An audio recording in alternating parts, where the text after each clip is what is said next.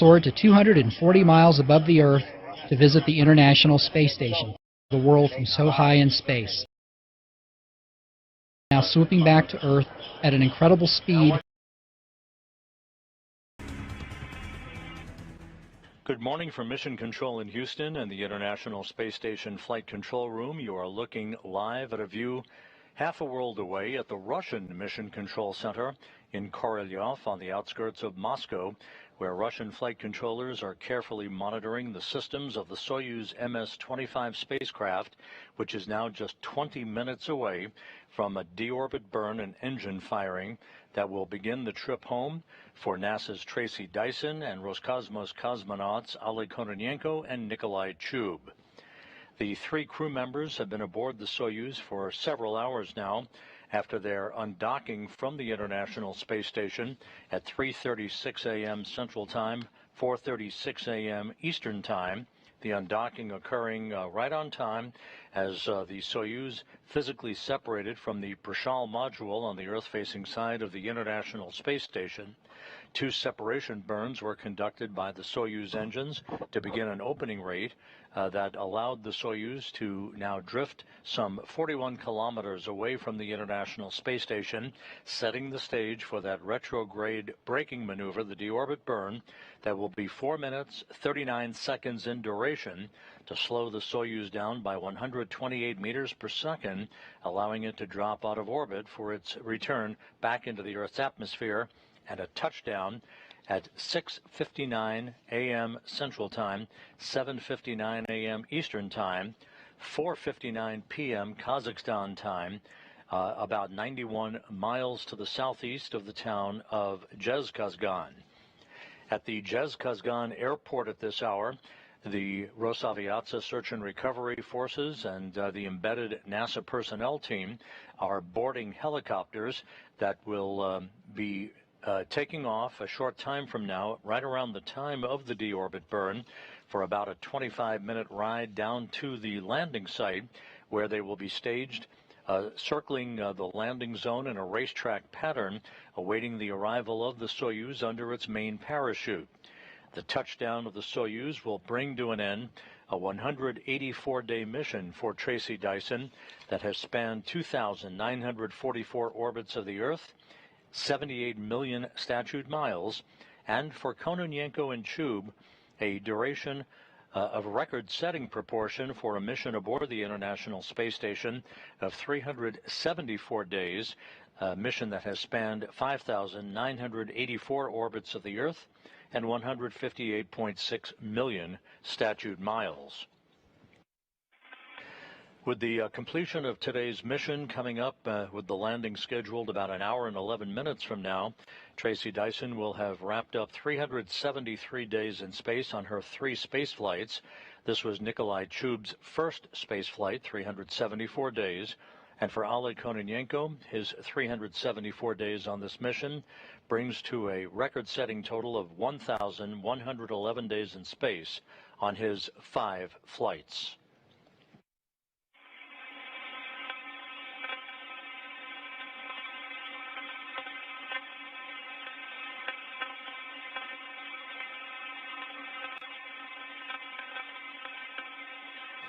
Not quite 6 hours ago, the 12 crew members who were then aboard the International Space Station had an opportunity to say farewell to one another. Oleg Kononenko in the green shirt, Tracy Dyson in the background right at the hatchway between the Prishal module and the Soyuz MS-25 spacecraft.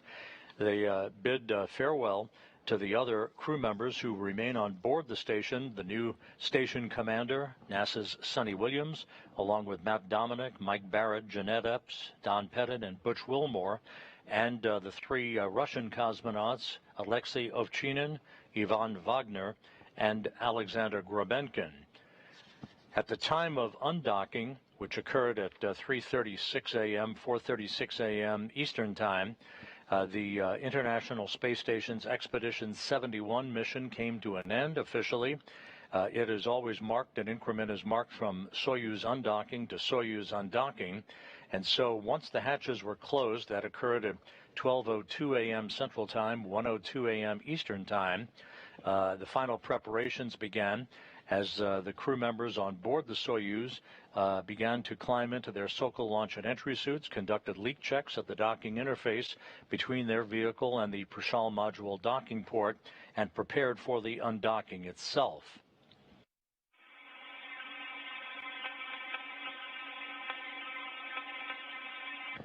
A little over 3.5 hours after that hatch closure, after all of the pre-undocking checks were completed, the commands were sent to open the hooks holding the Soyuz in place to the Prishal module.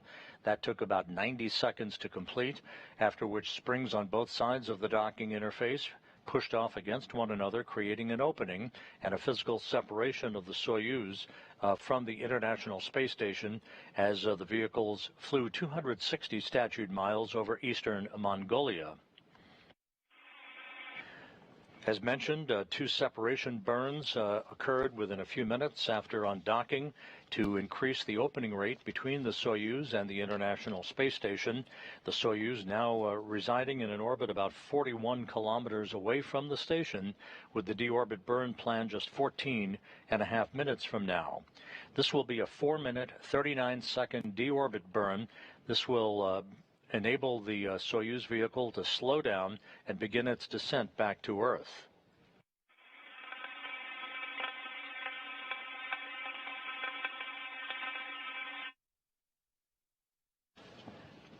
The deorbit burn in this animation, that was the undocking. The deorbit burn, which is just about ready to go, with that engine firing, the braking maneuver, a retrograde maneuver by the Soyuz, will last 4 minutes and 39 seconds, slowing the Soyuz down and enabling it to drop out of orbit.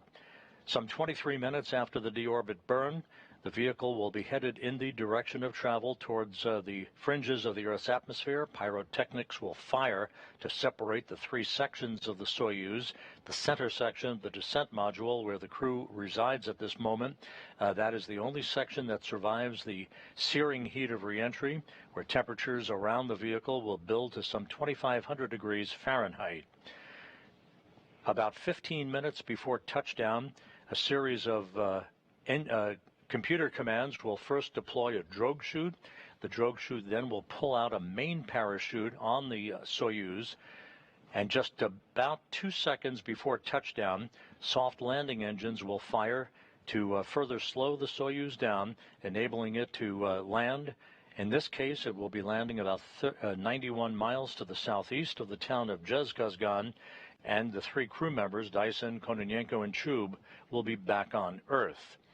Within minutes after landing, the helicopters that are being boarded by the Rosaviatsa Search and Recovery Forces and the NASA team of recovery personnel will be landing in a sequential fashion to begin the process of making sure the vehicle is safe, no toxic gases emanating from the vehicle, before they begin to open up the hatch and extract the 3 crew members, who will be placed in chairs right by their spacecraft for a few minutes of orientation back to Earth's gravity. For Tracy Dyson, her first sensation of gravity in more than 6 months, and for Kononenko and Chub, their first sensation of gravity in more than a year. The 3 crew members will be carried in those chairs into a nearby inflatable medical tent, where they'll be helped out of their Sokol launch and entry suits and into more comfortable flight suit clothing before they are to board 3 separate helicopters with their support personnel for a 2-hour flight back to the staging city of Karaganda. Once back in Karaganda, the 3 crew members will split up. Dyson will board a NASA plane at the Karaganda airport for the flight back to Houston, while Kononenko and Chub board a Gagarin cosmonaut training aircraft for the flight back to their training base and their homes in Star City, Russia, outside of Moscow.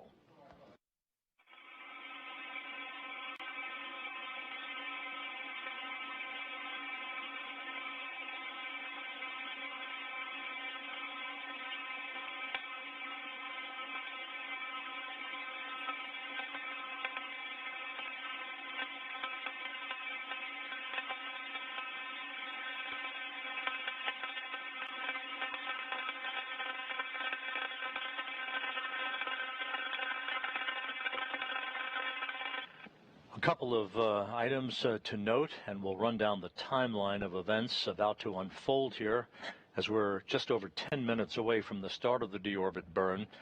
About 10 seconds after the completion of the deorbit burn, the upper section of the three-section Soyuz vehicle, called the orbital module, will be depressurized. That will set the stage for the separation of the modules by those pyrotechnic devices. The deorbit burn will be completed just after 6:10 a.m. Central Time. The module separation is scheduled at 6:33 and 32 seconds a.m. Central Time, 7:33 and 32 seconds a.m. Eastern Time.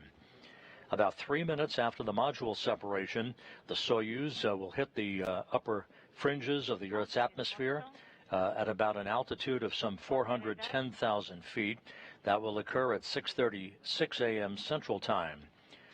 1 minute later, the Soyuz will enter into what is called the plasma entry guidance regime at an altitude of some 50 miles in altitude.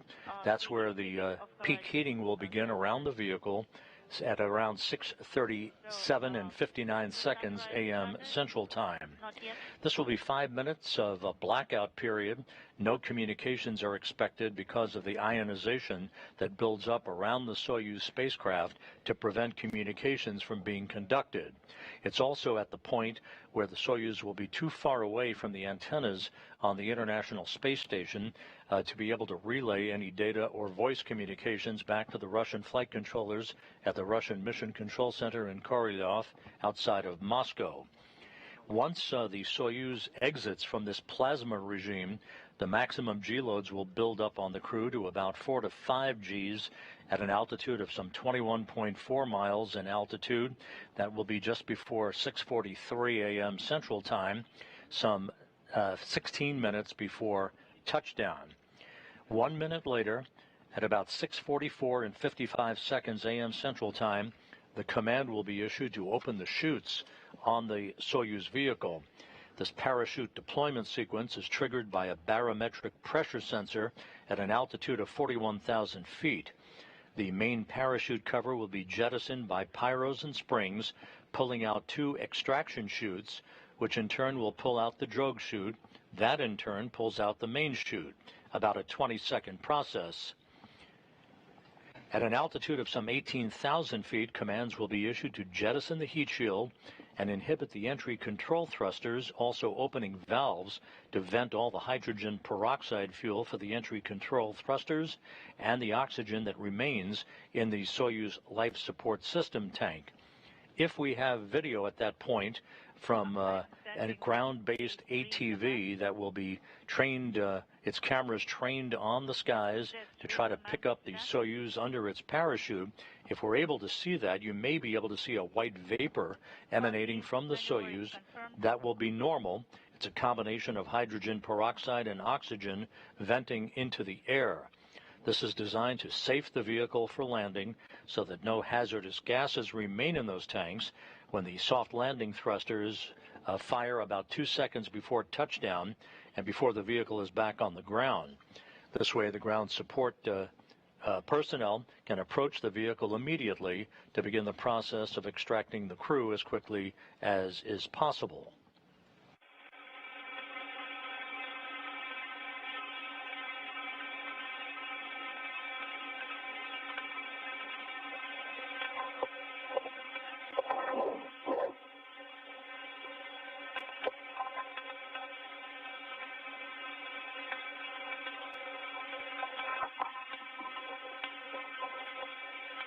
Again, the helicopters at the Jez-Kazgan airfield are expected to be airborne just a few minutes from now, right around the time of the deorbit burn. Here in Mission Control, countdown clocks are ticking backward for the start of that deorbit burn about 6 minutes and 15 seconds from now.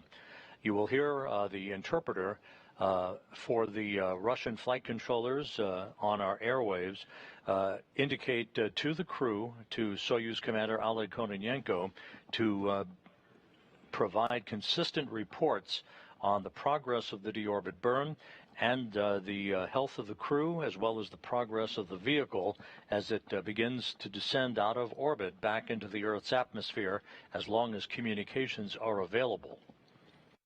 The Soyuz is carrying the call sign Antares. You'll be hearing that from time to time during the final phase of today's landing operations, with touchdown in Kazakhstan expected some 59 minutes from now.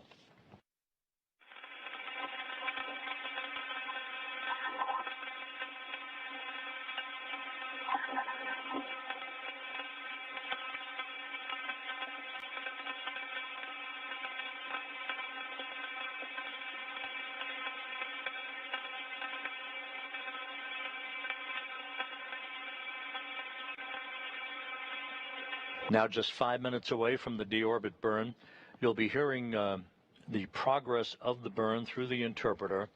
Again, this will be a 4-minute, 39-second retrograde firing, essentially a braking maneuver that slows the Soyuz orbital velocity down by 128 meters per second, allowing it to drop out of orbit.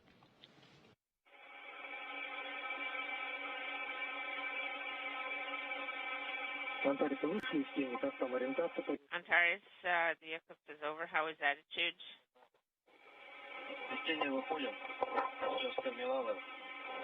We don't see anything in the window or through the sky. Speaking simultaneously.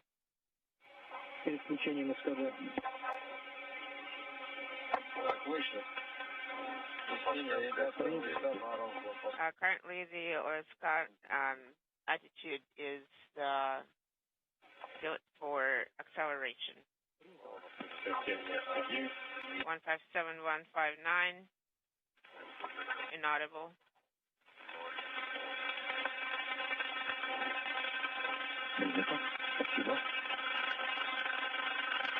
In the descent module, clad in their Sokol launch and entry suits, Oleg Kononenko, the Soyuz commander, is in the center seat of that descent module, flanked to his left by Nikolai Chub, acting today as board engineer number 1. To Kononenko's right is NASA's Tracy Dyson, acting as board engineer number 2 for today's landing operations.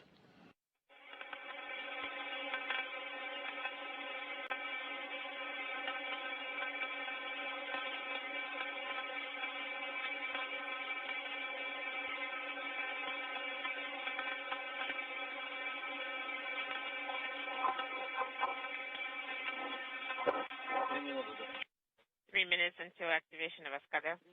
Copy.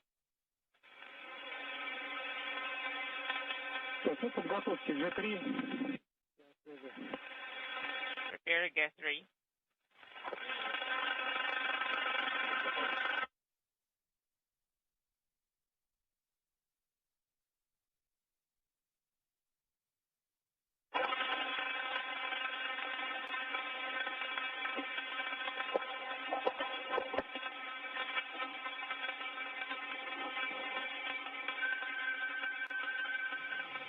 Here in Mission Control in Houston, awaiting the start of the deorbit burn, is veteran astronaut Laurel O'Hara, who launched with Kononenko and Chub back in September of last year. She returned with Oleg Novitsky and Marina Vasilevskaya, Belarus, back in March on a different Soyuz vehicle. Seated with her is astronaut Reed Wiseman, the commander of the Artemis II mission.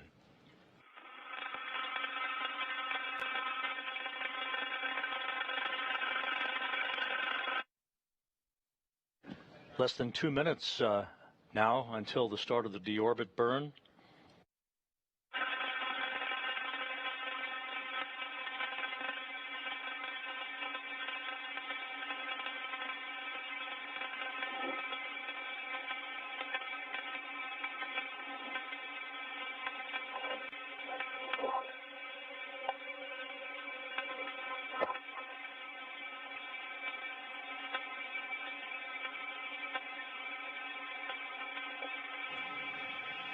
Just over a minute now until the start of the deorbit burn. Everything in good shape aboard the Soyuz MS-25.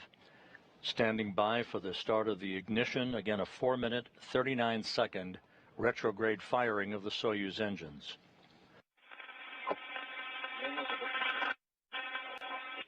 a minute until activation. And we have gas, so have combined gas. We have the ascending jet 3. Escada open. The engine cover is open on the Soyuz, 30 seconds away from the start of the deorbit burn. Okay, I'm executing a maneuver. Selected.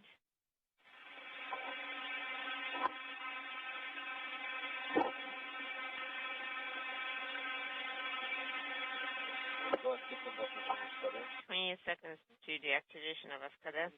Copy.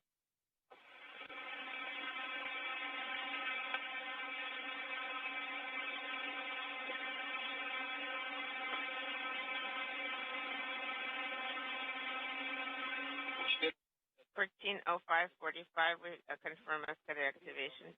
Pressure at nozzle 13.6. And we have confirmation of the start of the deorbit burn on time. .46. Copy. Everything is nominal.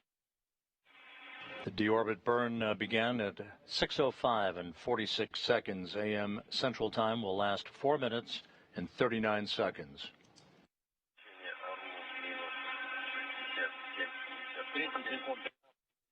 .13.2, 30 seconds. 0.45 acceleration. Copy.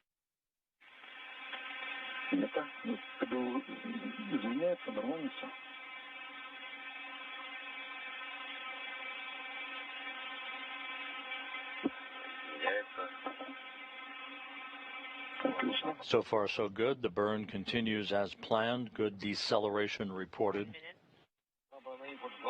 Burn 27:29.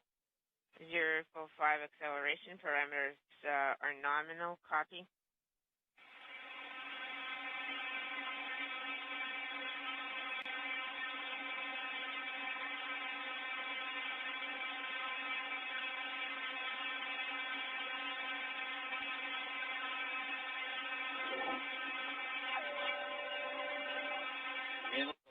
One minute 30 seconds. 40:47 is acceleration. Well, good numbers being reported by the Russian flight controllers in Korolyov. Countdown clocks ticking backward now toward the expected landing of the Soyuz in Kazakhstan, a little over 51.5 minutes from now.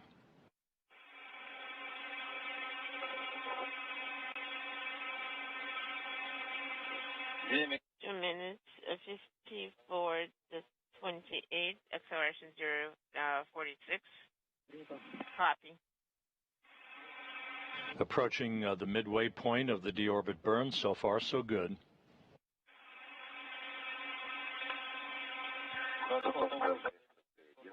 .127 kilograms is the propellant used over 2 minutes. Copy.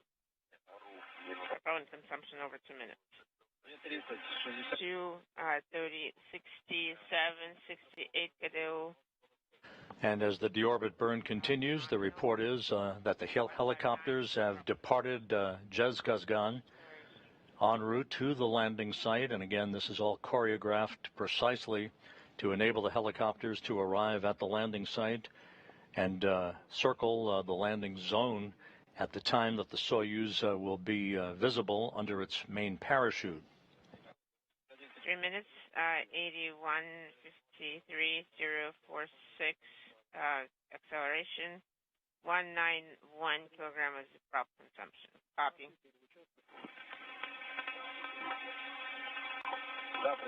Inaudible. Copy.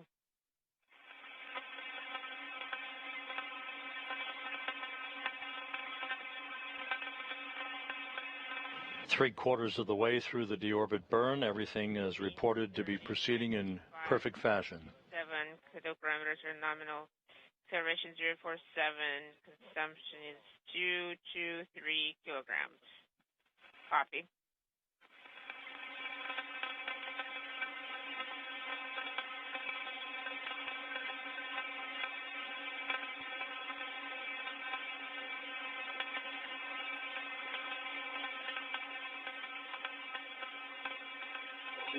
4 minutes, 109.20. More than 4 minutes into the burn, about 30 seconds remaining in the deorbit burn. 4:10, 115.3. Copy. 4:20, 118.36. Acceleration 047.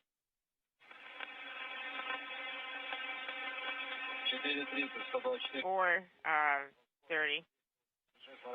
286 is consumption. Cadeau parameters. We have GACA. We have thermal sensor deactivation. And we have confirmation that the deorbit burn is complete. It was a perfect burn. Tracy Dyson, Oleg Kononenko, and Nikolai Chub headed back to Earth. Inaudible. We see the separation signature. BO is dropping. Inaudible. And right on schedule, as the deorbit burn was complete, the depressurization of the orbital module, the upper section of the Soyuz, is now underway. That will set the stage for the pyrotechnic separation of the 3 sections of the Soyuz, which will be coming up at 6:33 and 32 seconds a.m. Central Time.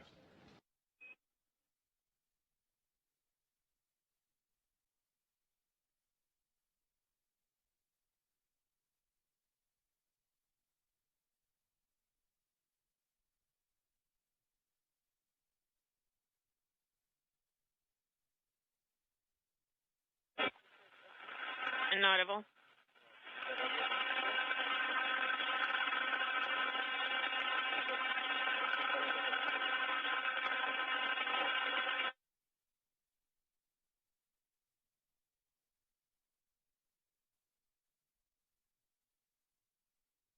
With the deorbit burn having been completed as planned, the next major event will be the separation of the modules, the 3 sections of the Soyuz.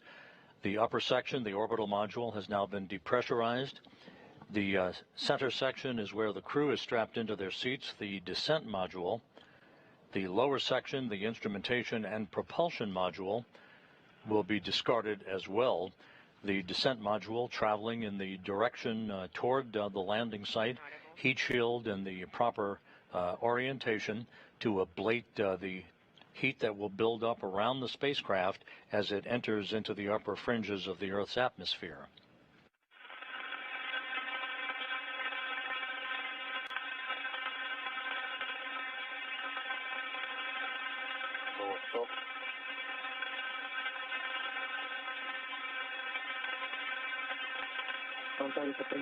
Antares. We're copying. I read you loud and clear. Copy.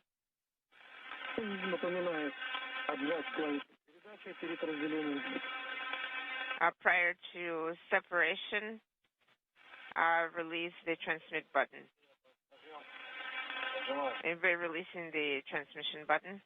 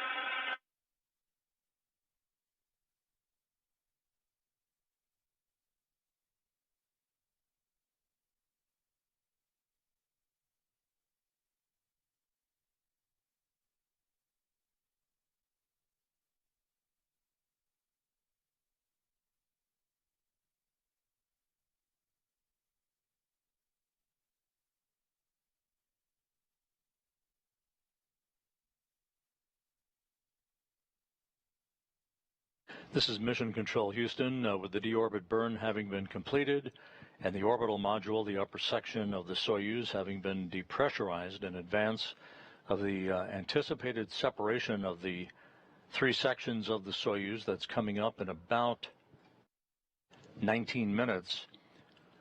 The countdown clocks here are ticking backward toward the Soyuz landing on the steppe of Kazakhstan, southeast of the town of Zhezkazgan, about 91 miles to the southeast of Zhezkazgan. The latest weather forecast at the landing site, it's fairly ideal for this first full day of the autumnal equinox. Just scattered clouds at 8,000 feet and 25,000 feet. The visibility is more than 6 miles. Okay. The winds are gusty out of 280 degrees, 18 knots, peaking to 24. Yes, And the temperature is a balmy 73 degrees to greet Tracy Dyson, Oleg Kononenko, and Nikolai Chub.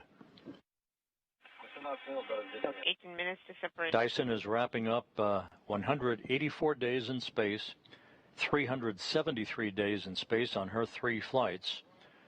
Nikolai Chub is wrapping up the first flight in his career, in which he and Oleg Kononenko set an International Space Station record of 374 days, and Kononenko, the all-time record holder for most days in space by any human, is completing 1,111 days off the planet.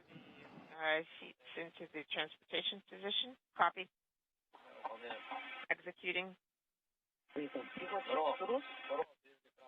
Throw into the transportation position.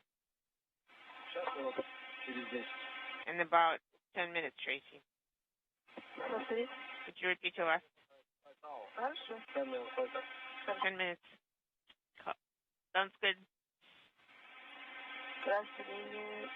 About 13 minutes from now is the point in which we are beyond a guaranteed voice communications relay via the antennas on the International Space Station. As the Soyuz begins its descent into the Earth's atmosphere, the range will be greater than 200 kilometers away from the station. Voice communications could be choppy.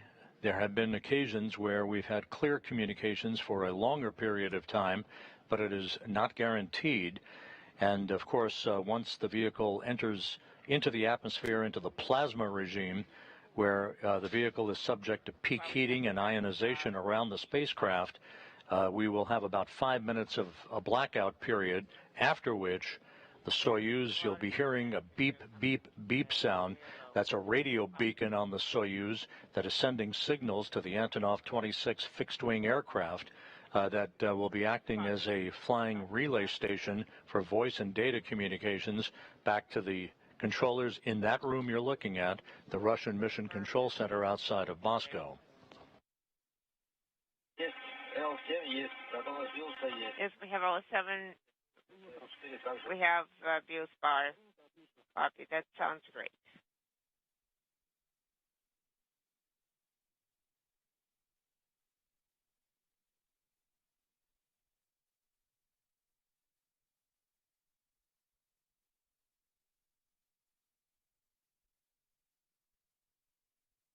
Once again, the Rosaviatsa search and recovery forces, including NASA personnel, are airborne from Zhezkazgan, the interim staging point for today's landing operations, en route to the landing site. They should be there about 20 minutes from now, in advance of the arrival of the Soyuz vehicle under its chutes. Separation is inaudible.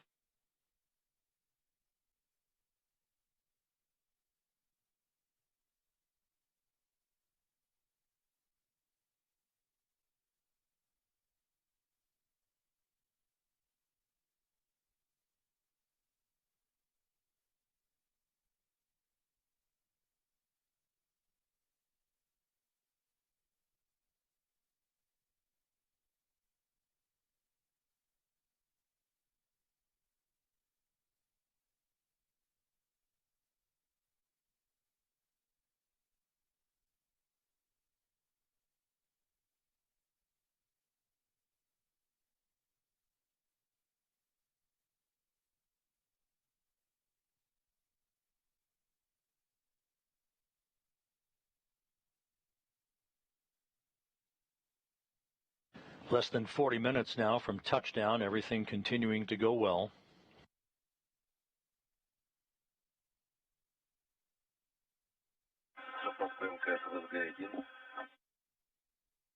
ЛСГ-1.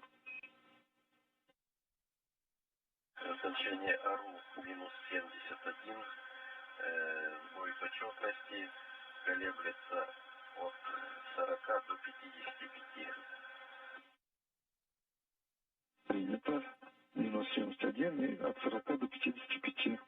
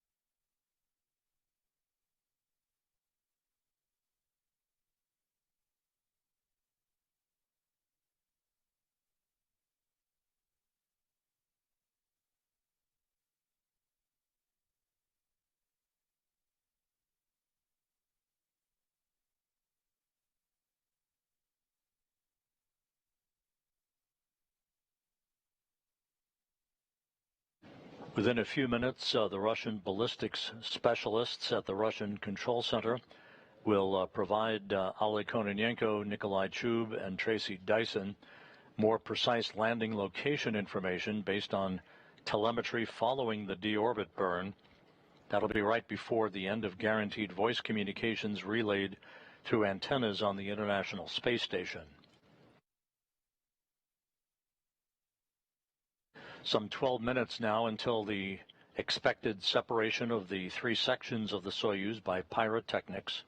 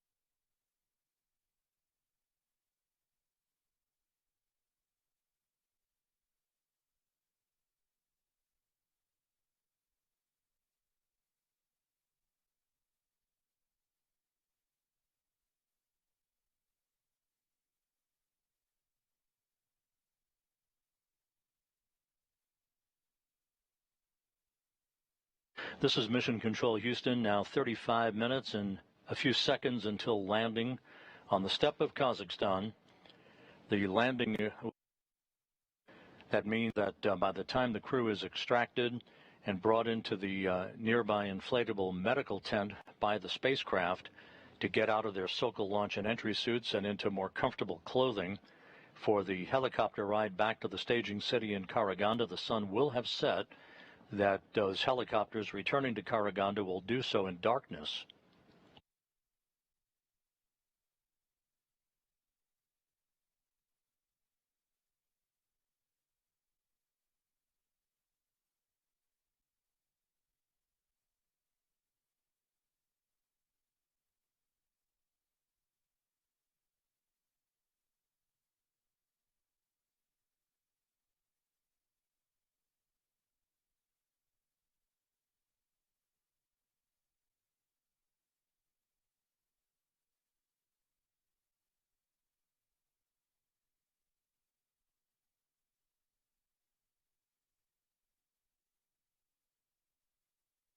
Some 8 minutes to go until the module separation.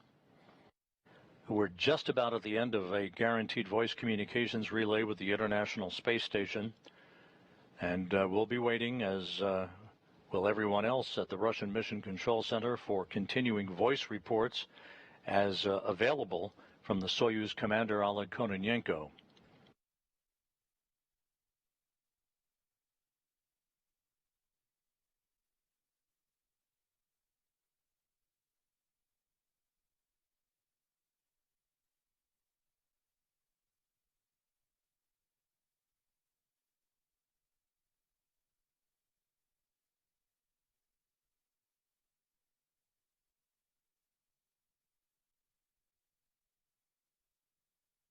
Once the module separation is complete, that will be about 3 minutes before the start of atmospheric entry at an altitude of just under 100 kilometers above the Earth.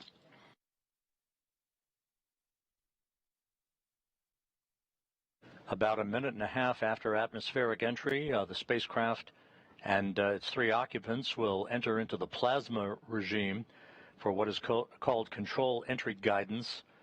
The onboard computers will be targeting the Soyuz for its landing site based on pre-programmed time commands.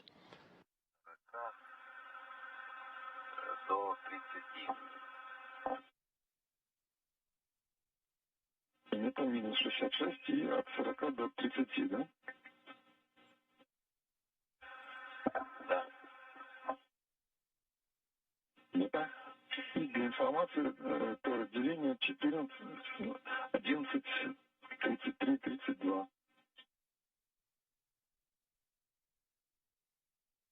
Это принял. Верно?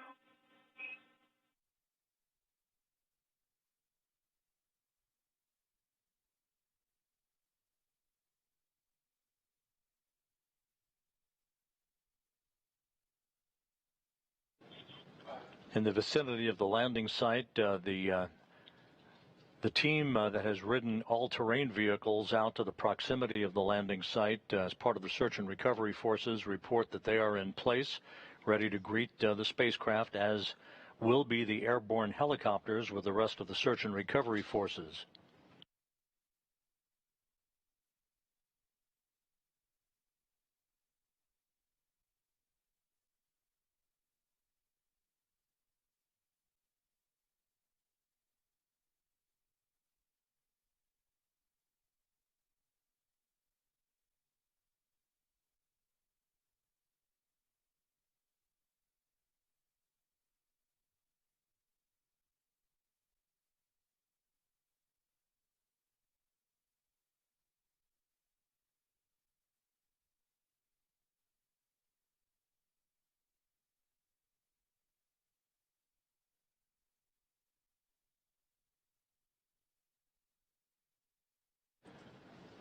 Just under 5 minutes until the module separation, as this portion of the entry will begin to see a series of events in quick fashion.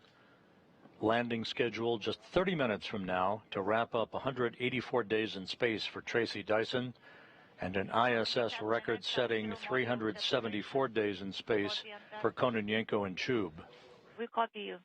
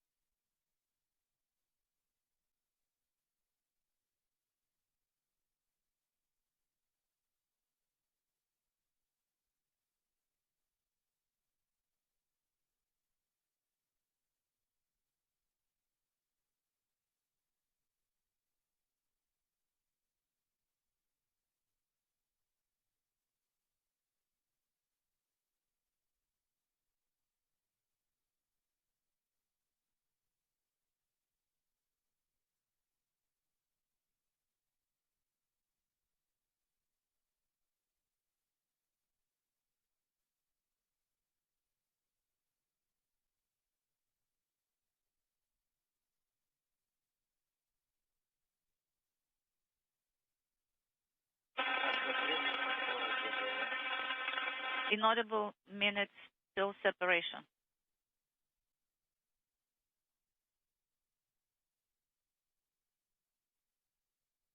От Москвы МКС ЛСГ-1. Soyuz ЛСГ-1. Показания АРУ минус 68. Сбой почетности от 40 до 60. Just about 2 minutes now until module separation. 60. 28 minutes till touchdown. Замеры больше не требуется повторять. И обращаем внимание, 11:35:00 отключить запись телеметрии. Принято 11:35, отключил телеметрию. Верно. Спасибо.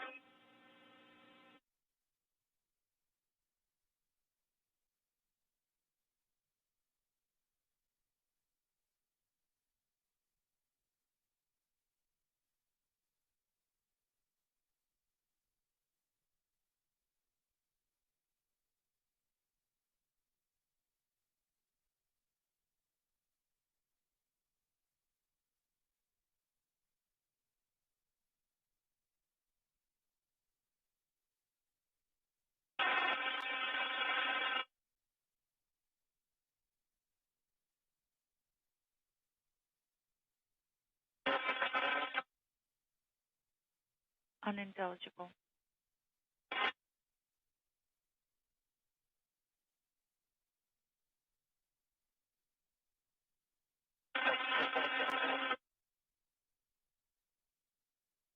Coming up on 1 minute until module separation.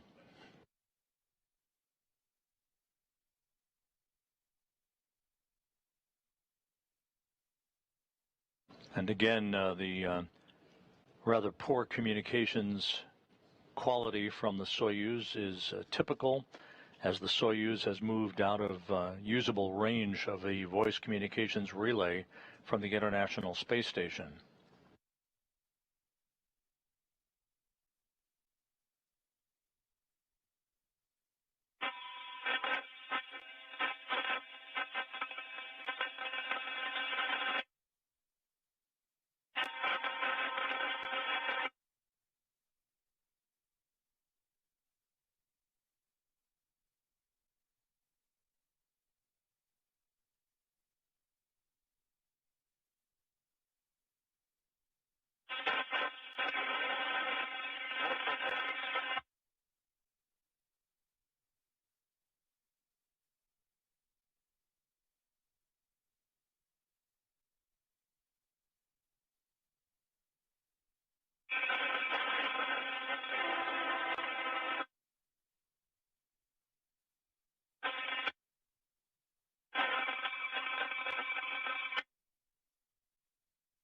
And telemetry received at the Russian Mission Control Center has confirmed a good module separation.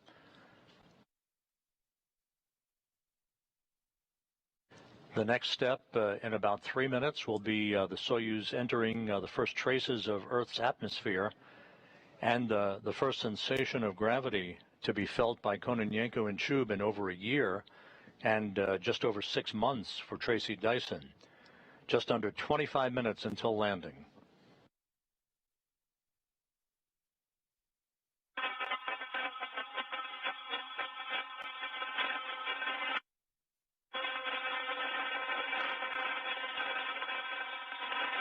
At the landing site to the southeast of the town of Zhezkazgan on the steppe of Kazakhstan, the winds are a little bit on the frisky side, but the visibility is good. Just some scattered clouds at 8,000 feet and 25,000 feet. Temperatures 73 degrees.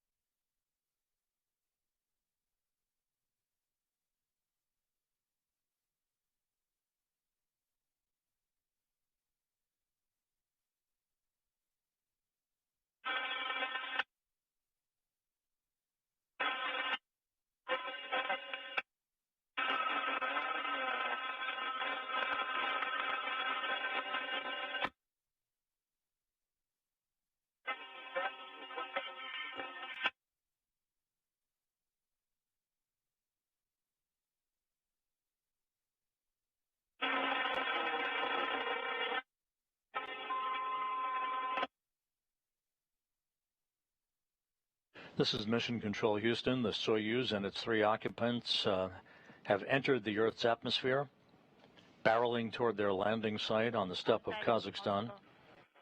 They should be entering into the plasma regime just a few seconds from now, with landing scheduled just over 22 minutes from now.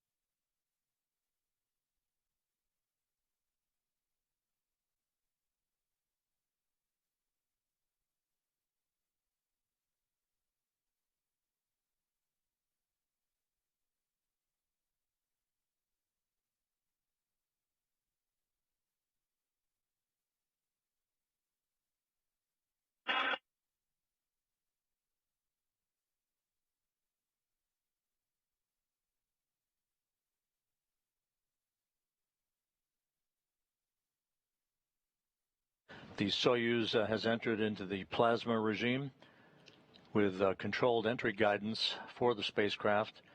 This should be about 5 minutes where we would expect no communications, a blackout period in essence, followed by a maximum loading of about 4 to 5 Gs on the 3 crew members and the descent module, Dyson, Kononenko, and Chub.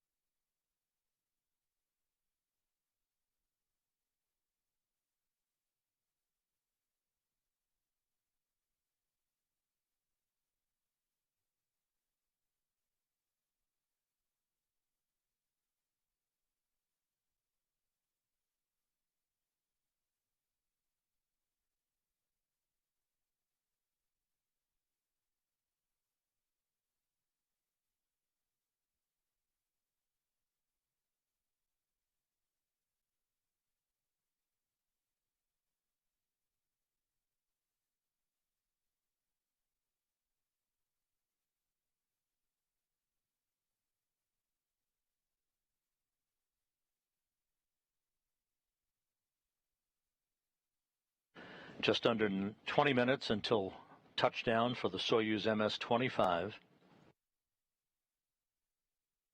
And about 2 minutes until the spacecraft will be exiting that plasma regime.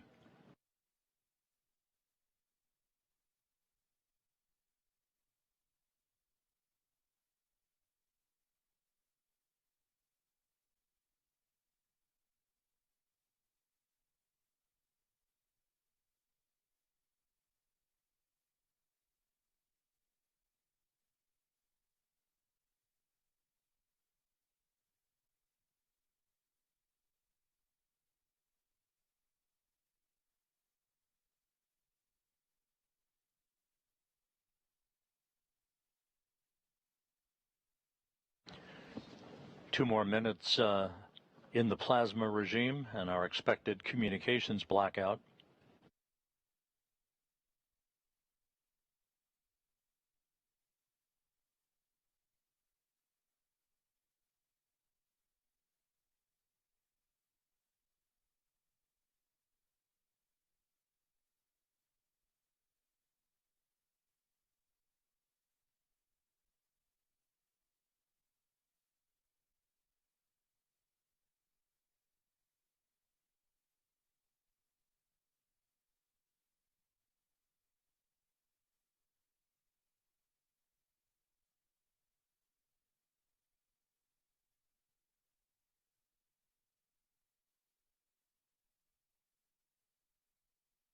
About 1 more minute left in the plasma regime, 17.5 minutes until touchdown.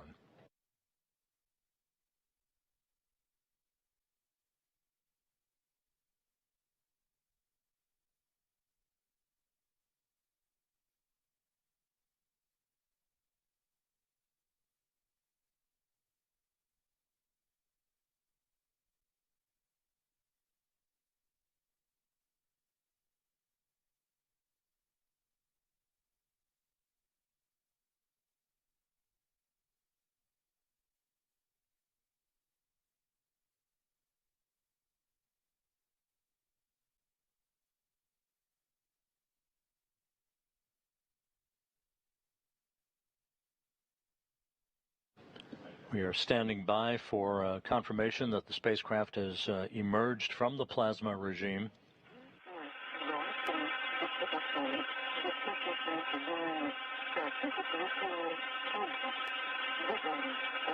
Unintelligible.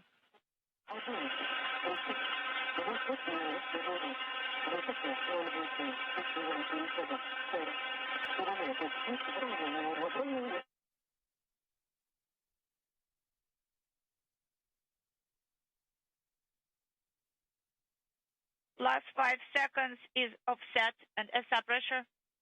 765, copy. Integral last 14, copy.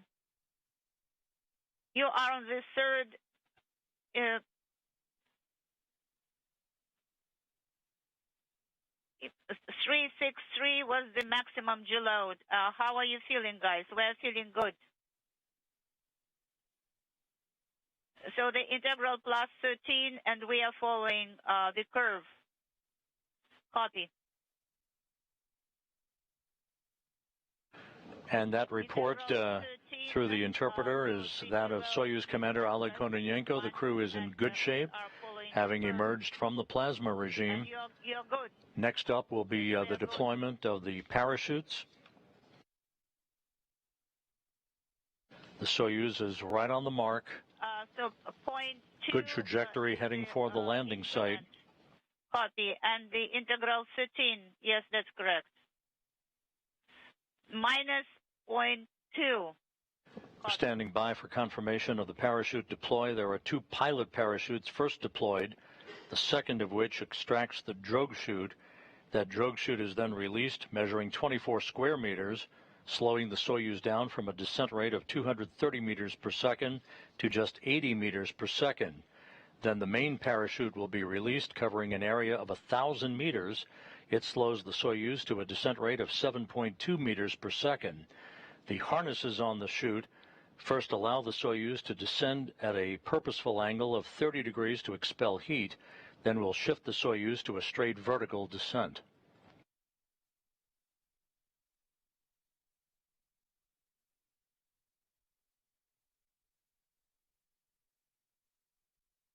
The next time we hear from the crew, it should be through the Antonov 26 fixed-wing aircraft, which is at the landing site, airborne. Will be operating as a command and relay station, if you will, for voice and data from the Soyuz back to the Russian control center.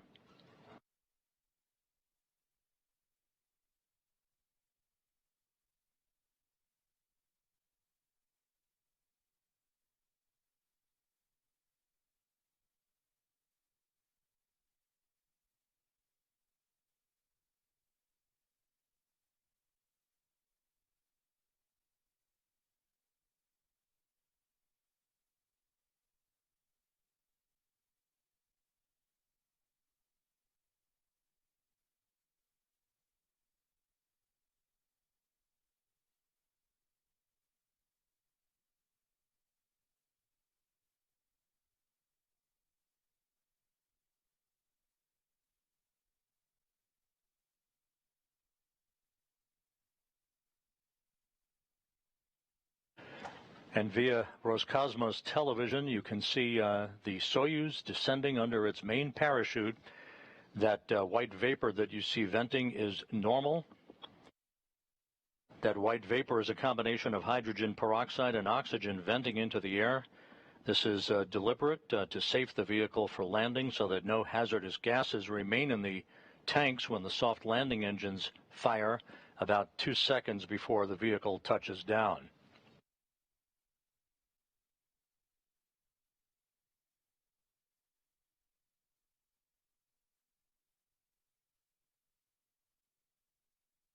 Once again, a good view, a clear sky over the landing site on the south central steppe of Kazakhstan. Touchdown expected 12 minutes from now.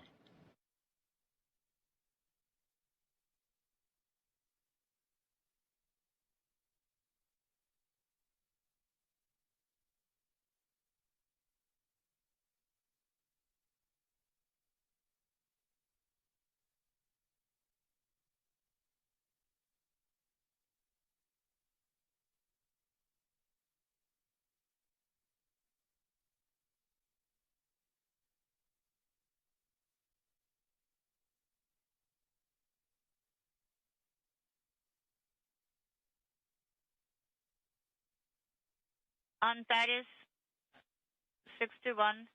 Go ahead.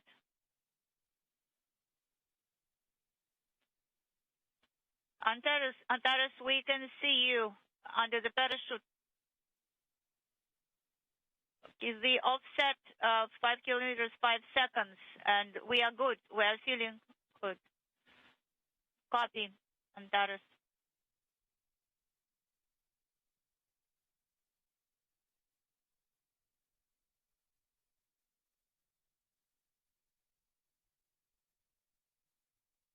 The pressure in the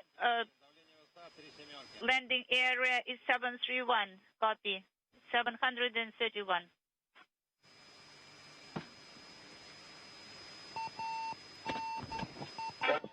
There is the jettisoning of the heat shield right on time.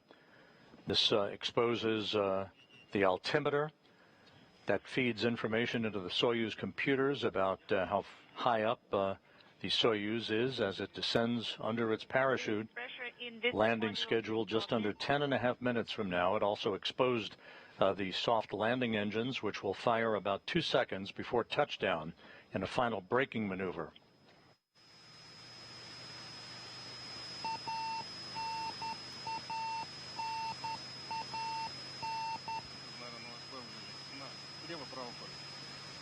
Less than 10 minutes until touchdown, everything looking very good.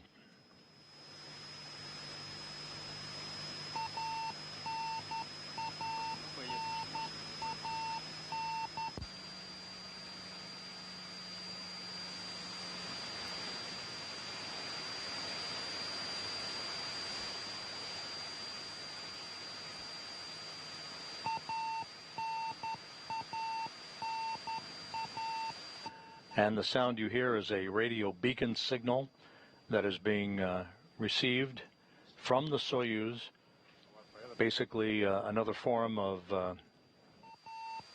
communications capability to enable the search and recovery forces to precisely pinpoint where the Soyuz is descending to for its touchdown point, with landing now scheduled 9 minutes from now.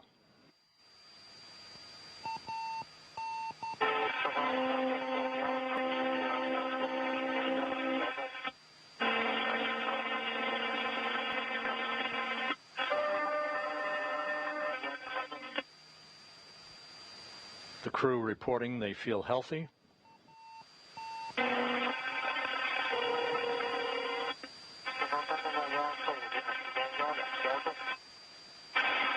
Unintelligible.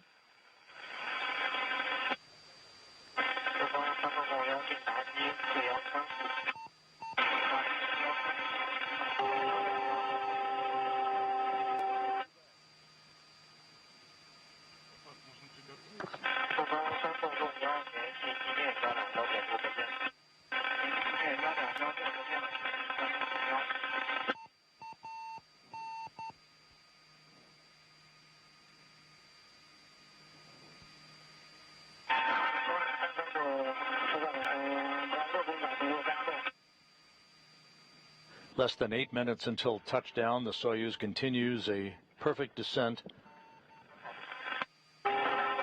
under a cloudless sky on the steppe of Kazakhstan, some 91 miles to the southeast of the town of Jezkazgan.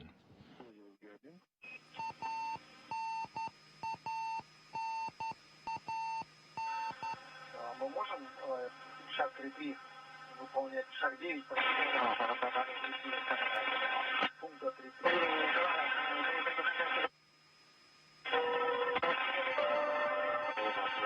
Еще раз, что там нужно?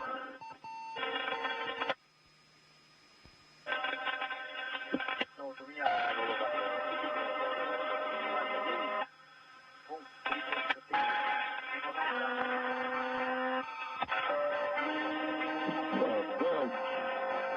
Это не можно отвечать от трансляции, потому что уже спам аппарат на парашюте.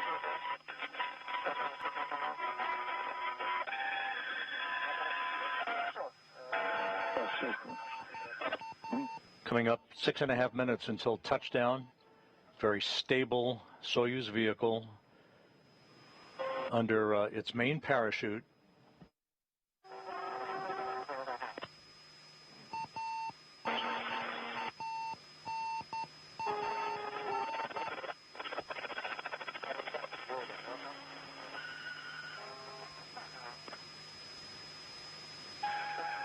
The Rosaviatsa search and recovery forces are in the area. They are circling around the vicinity of the landing zone. Before long, within the next couple of minutes or so, you'll be able to see helicopters in the field of view in close proximity, but not very close to the Soyuz spacecraft, as they keep tabs on its descent for its touchdown. That's expected at 6:59 a.m. Central Time, 7:59 a.m. Eastern Time.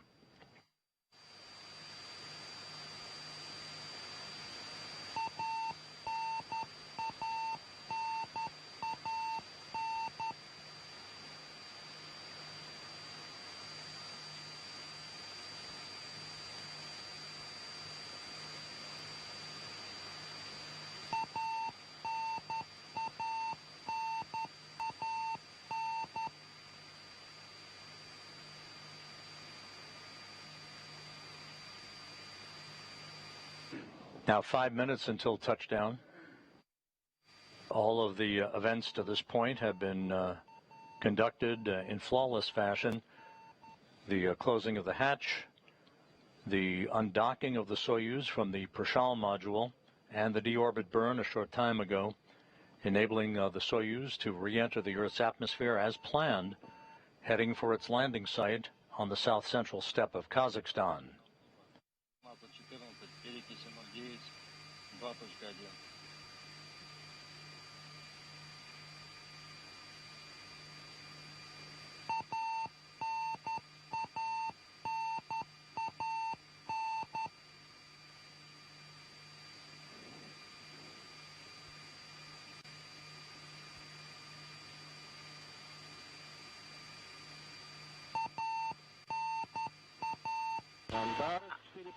Antares search and rescue team. 1880 unintelligible. The search and recovery forces now have established voice contact with the Soyuz. We can see, somebody is following us above us.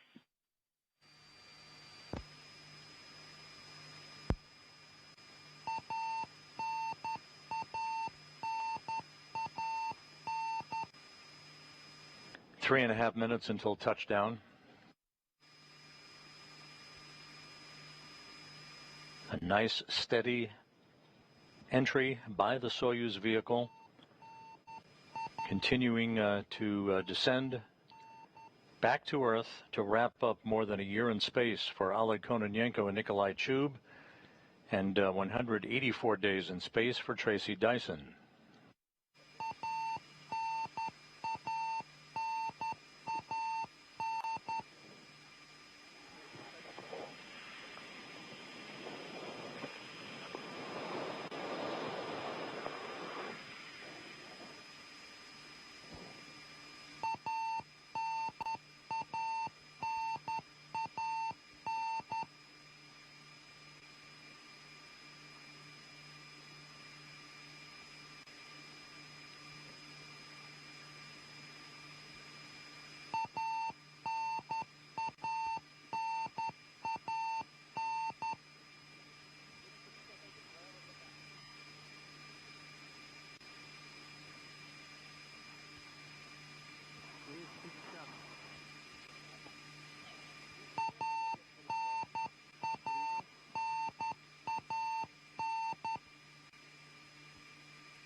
Just 2 minutes until touchdown.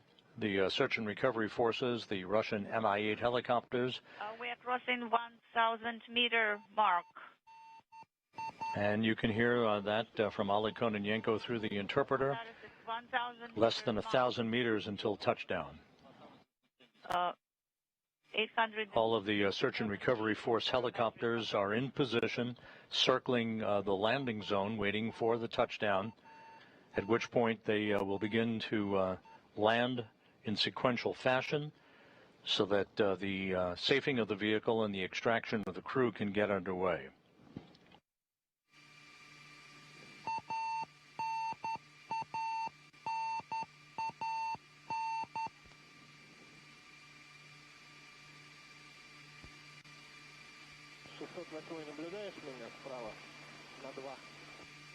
Six or eight, are you observing me to the right at 2 o'clock?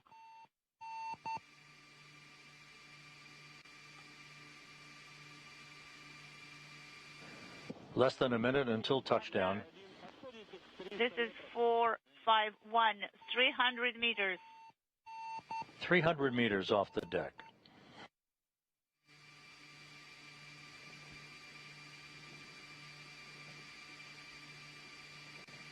At this point, the 3 crew members will be bracing for touchdown.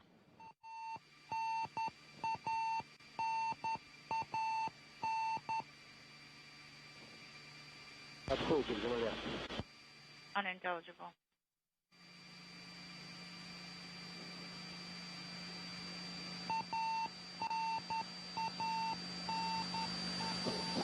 Touchdown.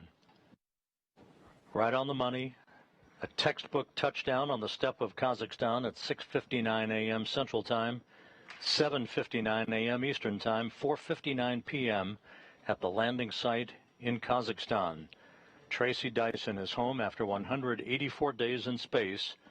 Oleg Kononenko and Nikolai Chub are home after 374 days in space, a record for an International Space Station mission.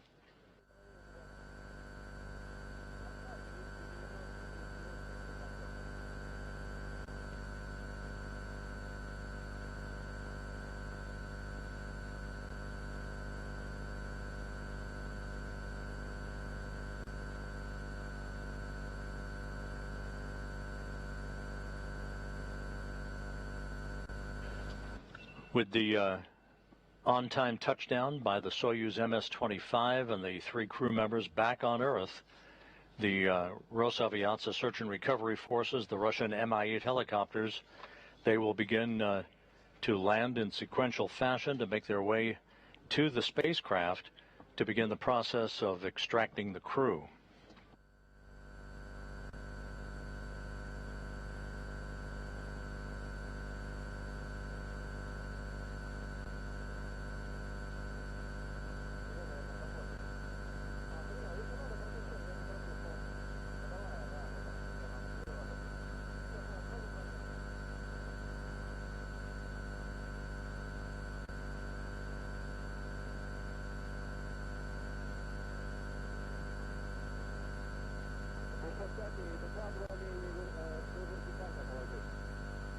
You can see in this view on the horizon there are ground-based vehicles that are making their way towards the spacecraft, as well as the first in a series of Russian Mi-8 helicopters that will be landing. These are the initial recovery personnel from RSC Energia to begin the process of ensuring that the vehicle is safe and no toxic gases escaping, and then we'll begin the process of opening up the hatch to extract the 3 crew members who will be placed in chairs near the spacecraft to allow them a few minutes to get their land legs back before they're carried in those chairs to a nearby inflatable medical tent where they will get out of their Sokol launch and entry suits into more comfortable clothing and be taken to 3 separate helicopters for the 2-hour helicopter flight back to the staging city of Karaganda. This view from this all-terrain vehicle will be interrupted while this vehicle makes its way to the spacecraft, at which point we should, if all things are proceeding normally, receive video by the spacecraft of the extraction of the crew and the other activities.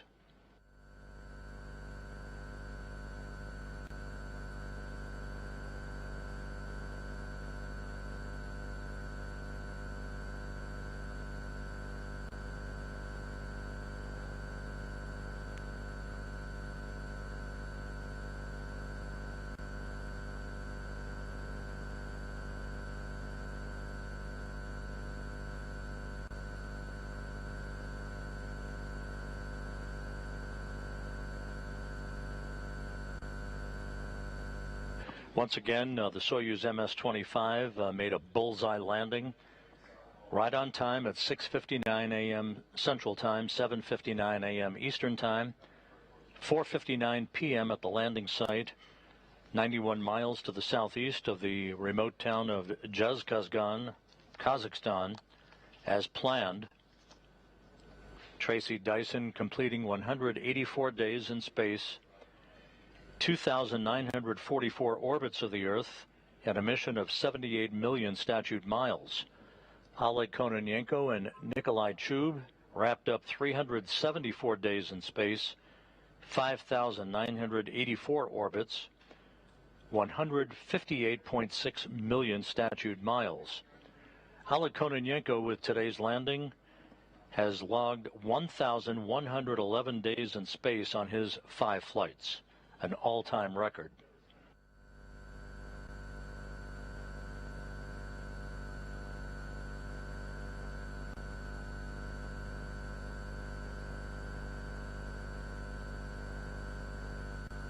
And we've just received a report that the Soyuz stuck the landing. It landed upright. So the crew will be extracted out of the top hatch of the Soyuz once a ladder is erected by the recovery personnel along the side of the vehicle.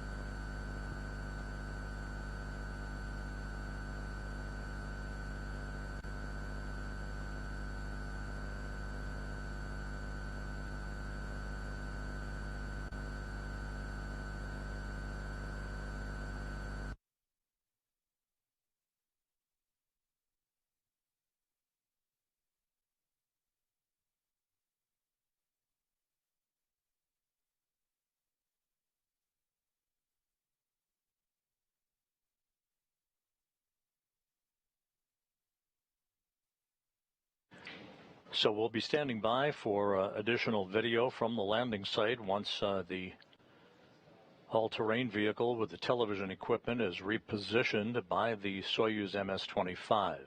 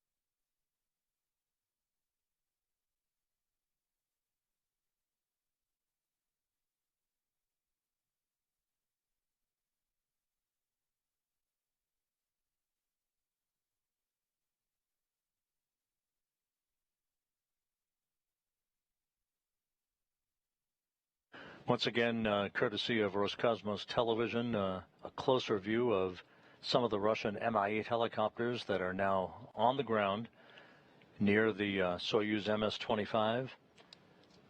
We should be getting a much closer view of the spacecraft, and there's a perfect sequence of events all the way down for Tracy Dyson, Nikolai Chub, and Soyuz commander Oleg Kononenko as they made their way undocking from the International Space Station at 3:36 a.m. Central Time, 4:36 a.m. Eastern Time, moving to a safe distance away from the space station for the deorbit burn, and then their entry back into the Earth's atmosphere, and an on-target touchdown at 6:59 a.m. Central Time, 7:59 a.m. Eastern Time, 4:59 p.m. at the landing site. The landing occurring about 1 hour and 13 minutes before sunset.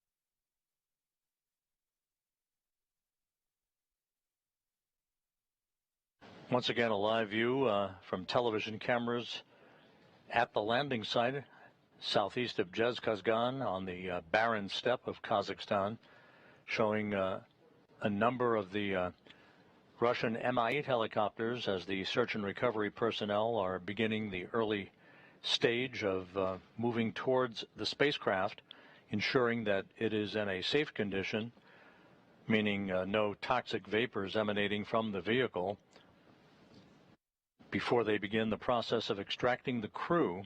The vehicle landed upright, meaning that the recovery teams will erect a ladder on the side of the Soyuz descent module and will extract the crew from the top of the Soyuz, helping them carefully down that ladder into 3 waiting chairs nearby so that they can have an opportunity to get their land legs back.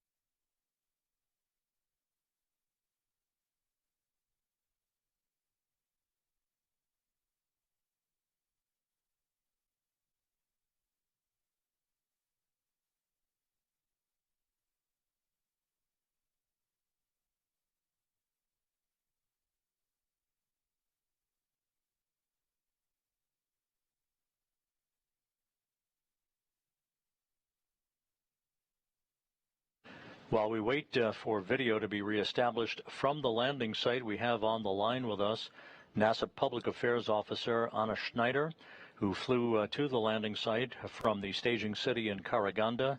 Anna, why don't you give us a scene setter as to what's happening right there at the Soyuz MS-25?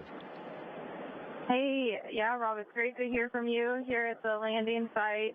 Our helicopter touched down just about 10 minutes ago. The Soyuz landed upright on the ground, and right now they're putting the sand around it. Lots of activity going on. It's a pretty clear, picturesque day for landing here. Clear sky, gentle breeze in the 70s or so. And the sun is slowly starting to set on the desert out here. All of the helicopters have touched down. We were the last one to touch down, actually. And then before landing, we were actually able to get a pretty good look of the capsule in the air under its parachute about 5 minutes before it touched down. So currently we have the search and recovery personnel surrounding the capsule. The crew are not out yet. They're spacing all around there, putting up that sand in order to prepare to bring the crew out. But yeah, lots of action out here. A great day, a great landing, and we're looking forward to seeing Tracy and her crew soon. Anna, the site of the Soyuz under the chute, we had a spectacular view, but from your vantage point aboard one of the Russian Mi-8 helicopters, must have been at least equally spectacular. For being my first landing to see ever in person, of course, it was spectacular. And I think the clear skies, there were hardly any clouds in the sky, definitely helped. We were able to see pretty much as soon as the chutes opened up, we were able to see it coming down to the landing site, and we saw it just as it touched down and the sand around it billowed up. It was a beautiful sight, a beautiful experience for everyone in our helicopter, and we're all just patiently waiting for them to get that sand up so we can see Tracy Dyson and her crew soon. Anna, thank you so much for your report. We now have video back from the landing site. We may actually see you as well at some point.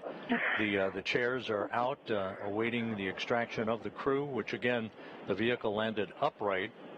So the little ladder that they erect on the side of the vehicle, the crew will be extracted out of the top hatch, and then will be carefully maneuvered down that ladder and brought to those chairs that we're looking at right now.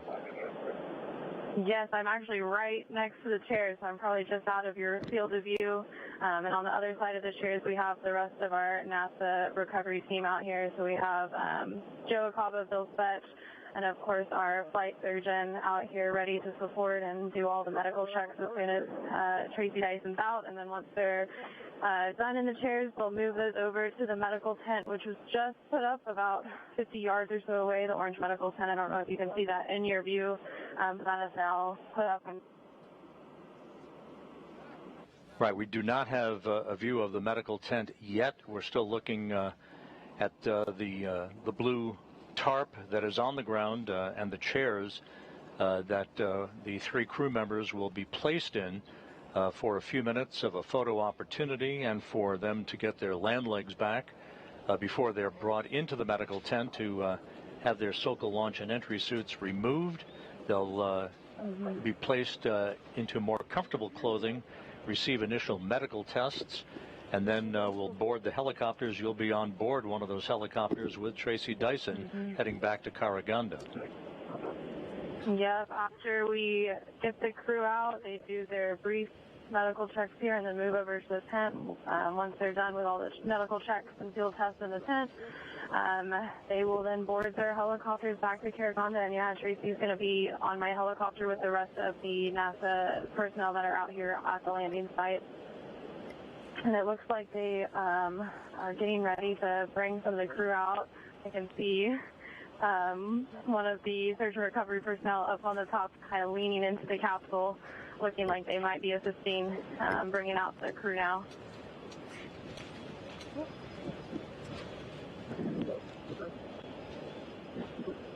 And there's a view of the RSC Energia personnel at the very top of the Soyuz spacecraft.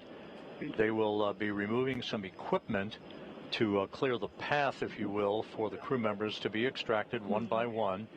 Once they get out of that top hatch, they'll sit on the edge of the top of the Soyuz on this ladder platform, if you will, before they're carefully helped down to the ground and brought to the chairs that you see there in this field of view.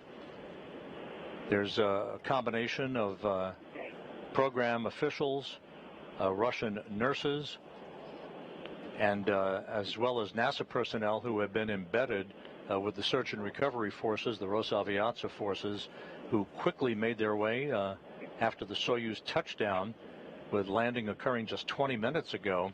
Those helicopters landed in sequential fashion just a couple of minutes after the Soyuz touchdown to begin the process of enabling the extraction of the crew, which should get underway just a few minutes from now. Yeah, that's right. It was a super speedy process once the capsule touched down. Pretty much as soon as the capsule landed, the helicopters started to touch down around it, and then we were the very last helicopter on the ground, and that only took about 5 minutes after landing, so definitely very quick. And here we can see the first Soyuz crew member coming out the capsule.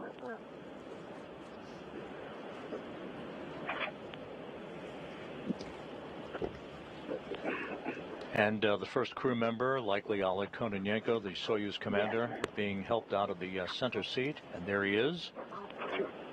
374 days in space on this flight, waving to the crowd. 1,111 days in space on his 5 space flights. Please be careful. Slow. He's now coming down the slide, and then he'll be moved into his chair over right in front of the capsule, where he'll be checked out by some of his Roscosmos medical personnel and others. And then it looks like they're already working to get the next crew member out.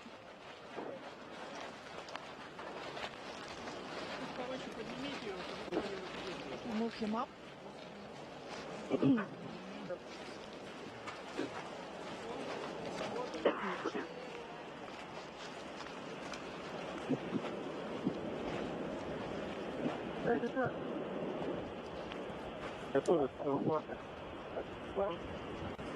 And it sounds like NASA astronaut Tracy Dyson may be the next one out of the capsule.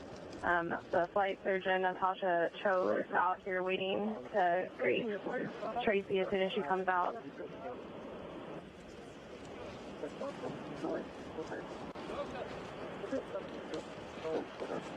Anna, we had a beautiful view of the Soyuz under its chute, almost from the time of chute deploy. We saw the venting of the hydrogen peroxide from the tanks. We saw the heat shield being jettisoned. And, of course, the touchdown with the soft landing engines firing just a couple of seconds before the Soyuz made its way back to the surface. Is transmission still on?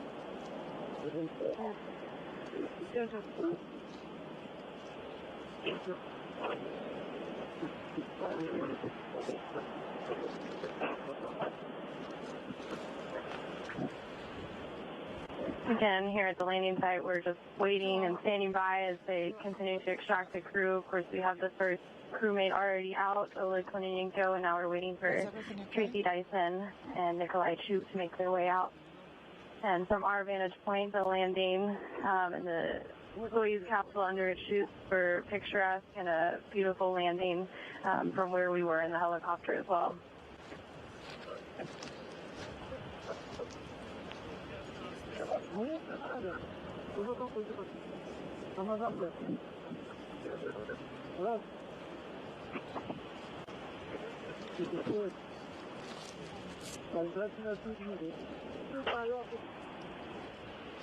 We are watching Oleg Kononenko as the recovery personnel are attending to him and waiting for the other crew members to be extracted out of the top of the Soyuz MS-25. And looks like our next crew member is coming out. Should be Tracy Dyson.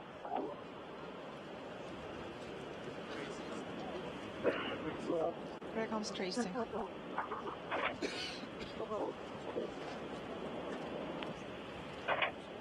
And there's NASA astronaut Tracy Dyson making her way out. She's turning around, and then she'll go down the slide. All smiles on her face currently as she's being helped out.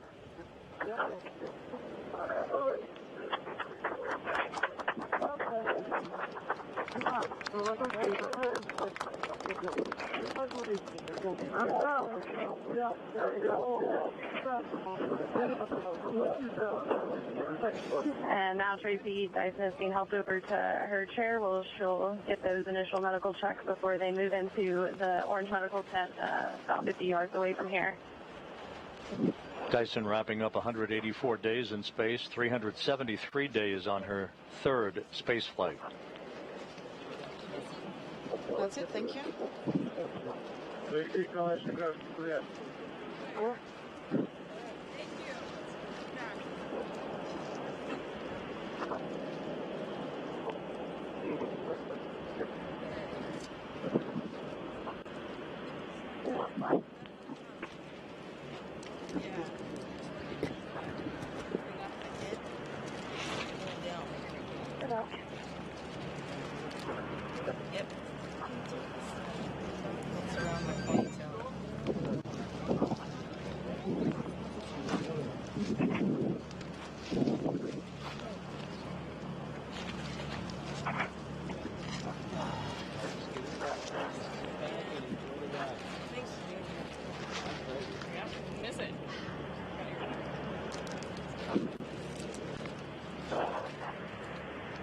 And as they work to extract the third and final crew member, Nikolai Chub, Tracy Dyson is over getting those initial medical checks. She's all smiles. She's talking to Chief Astronaut Joe Cava. They were talking about how amazing a ride was and how glad she is to be back.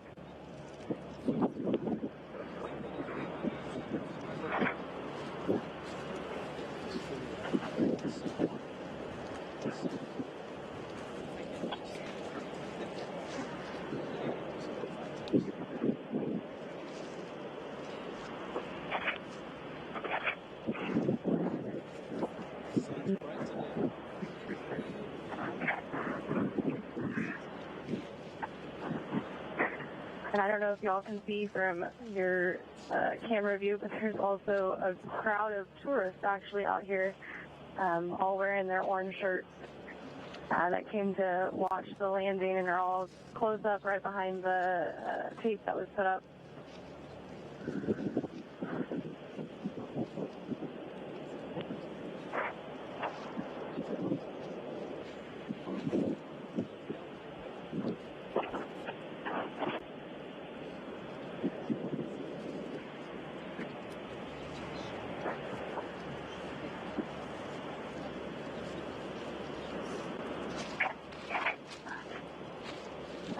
Kelly.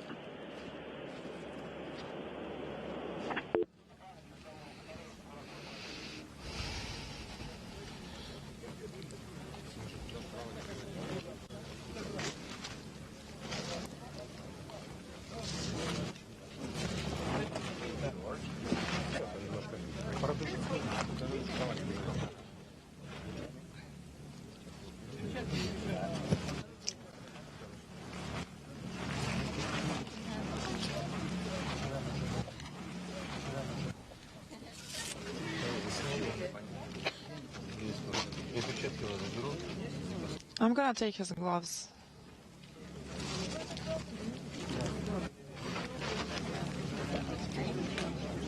Once again, good views from the landing site of the crew members. Tracy Dyson, who is talking to her family on a satellite phone hookup. They're here in Mission Control in the viewing room. And there's Nikolai Chub, wrapping up the first flight in his career, a record-setting 374 days aboard the International Space Station, the longest flight along with Kononenko for a single flight on the orbital outpost. 1 year ago, Sergei Prokopyev, Dmitry Petelin, and NASA's Frank Rubio wrapped up 371 days in space. Kononenko and Chub eclipsed that mark last Friday.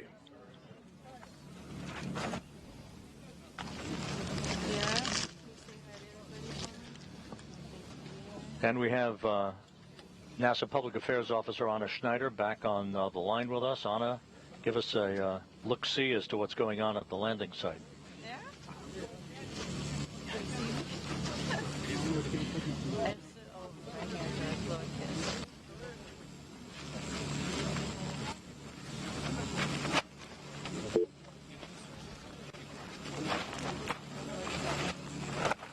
and sometimes is Oh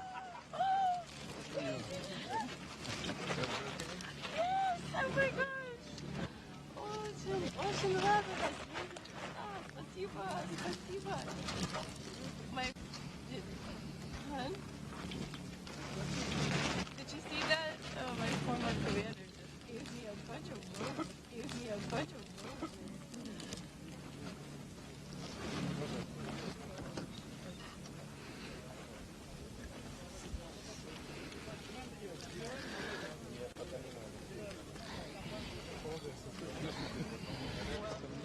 Roses were given to Tracy Dyson by Oleg Novitsky, who was the Soyuz commander with whom she launched with back in March on what amounted to a taxi flight for Novitsky and Belarus spaceflight participant Marina Vasilevskaya.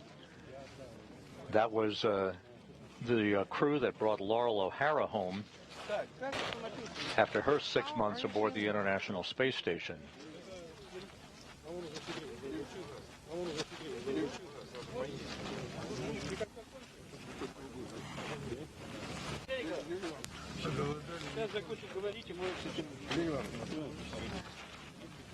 We're going to finish up.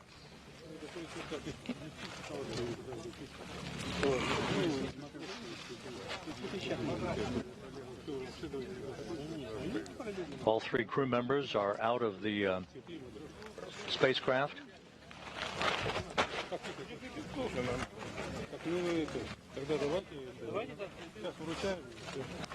So let's do it right now.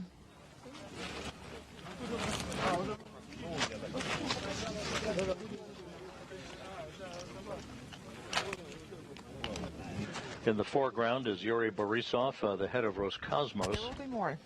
And there will be more. And again, Tracy Dyson accepting congratulations from members of the search and recovery forces.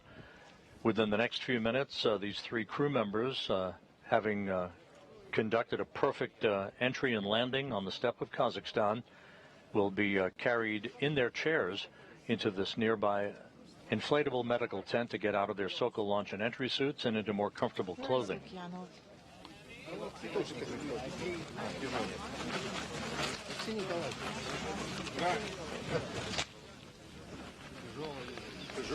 Feels heavy.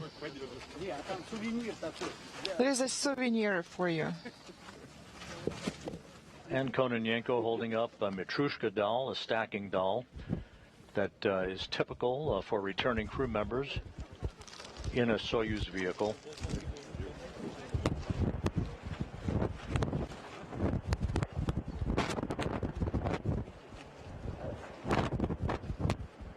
And I think we've reestablished our communications with Anna Schneider. Anna?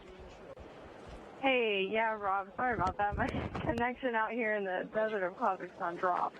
But I don't know if you can see right now, Tracy Dyson is receiving some gifts from her Roscosmos family and crewmates. So she's received a couple of bouquets of flowers from folks, as well as a nesting doll with her face on it, which is tradition for some of these Soyuz landings. You often see that, those nesting dolls being given as gifts at the landing site.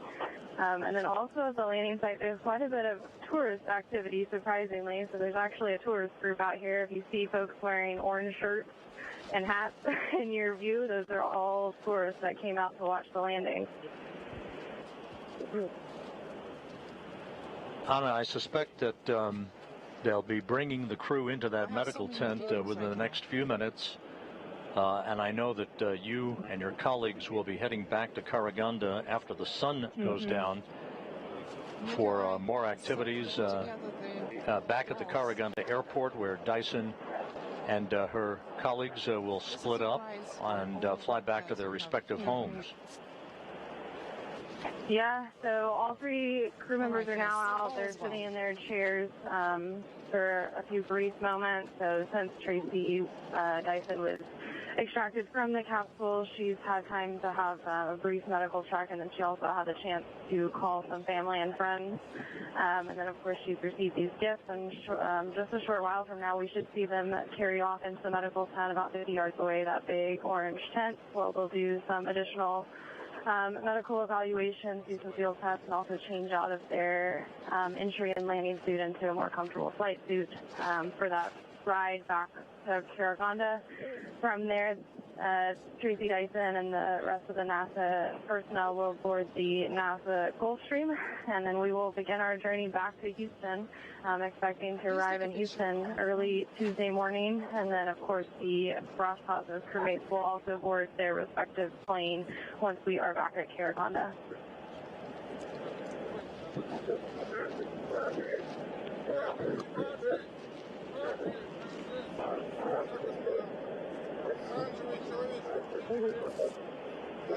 People dressed in orange, please move to the left.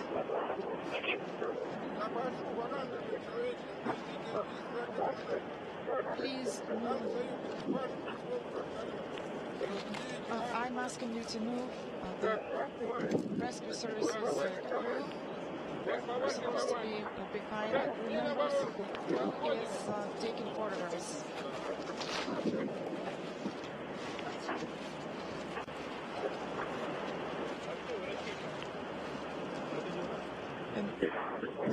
Where are the flight surgeons? And now they're having a brief photo op with some of the search and recovery personnel and Roscosmos personnel.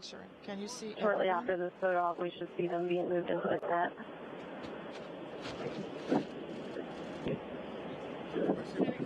All right, thank you.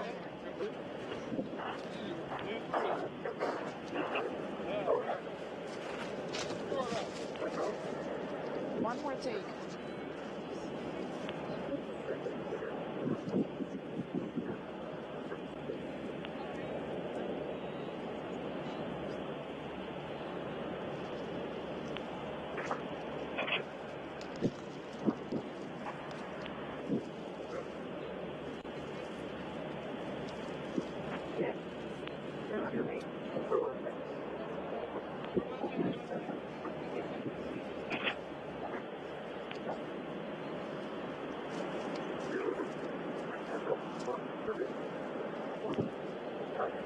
And Rob, if you're still with me, I can't tell if the call's dropped or not.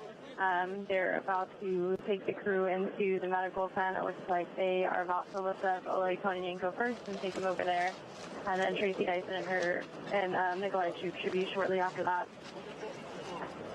Now, we've got Jana. I know from experience that the satellite communications out there can be spotty sometimes and have to be reconnected from time to time.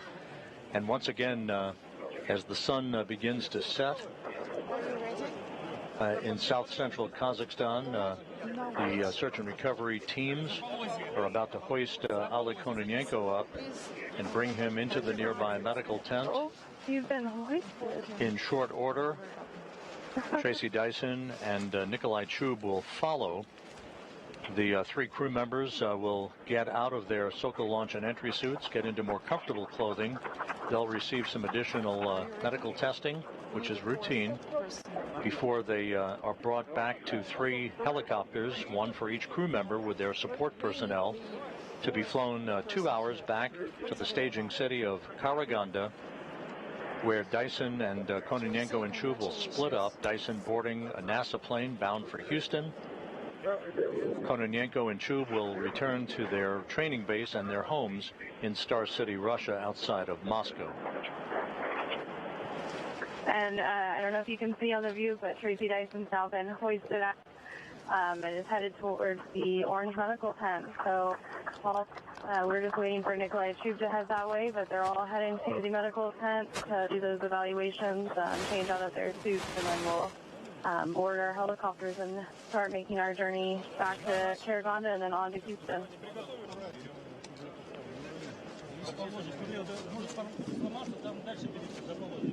Please make sure that you're holding the seat by the supports. All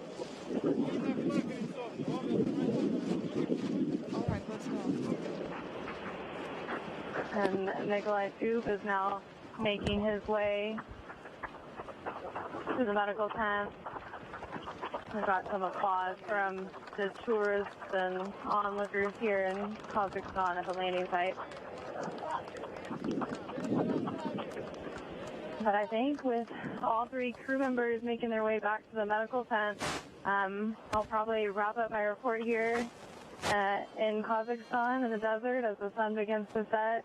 Again, it was a beautiful day for a landing. Everything was picturesque from our end. Tracy's looking happy to be back here on Earth after her 6-month mission. With that, I'll hand it back to you, Rob. Thank you very much, Anna. Great job out there, and have a safe trip back to Karaganda and back here to Houston. We appreciate all your work. Thanks. Yeah, I'll see you soon. Bye. And so Nikolai Chub now being brought into the medical tent. And just to recap, the Soyuz touched down 41 minutes ago at 6:59 a.m. Central Time, 7:59 a.m. Eastern Time, 4:59 p.m. at the landing site in Kazakhstan, some 91 miles to the southeast of the town of Zhezkazgan. It was a textbook touchdown. All of the events with hatch closure, undocking, the deorbit burn, all of the entry activities, all unfurled without any problem whatsoever, bringing back Tracy Dyson after 184 days in space, and Kononenko and Chub 374 days in space. For Kononenko, a record-setting 1,111 days in space on his 5 flights.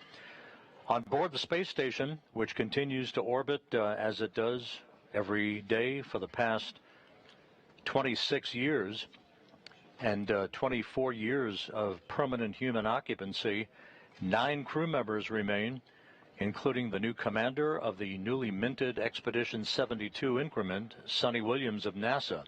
They will continue all of their work, all of their research, and will be preparing for what we hope will be the launch of the Crew 9 crew, NASA's Nick Hague and Roscosmos cosmonaut Alexander Gorbanov later in the week from Launch Complex 40 at the Cape Canaveral Space Force Station, the launch date being evaluated with a flight readiness review to take place later today.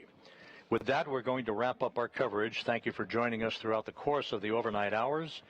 Back on Earth, safe and sound, Tracy Dyson, Oleg Kononenko, and Nikolai Chub. With that, we'll wish you a happy Monday from Mission Control in Houston.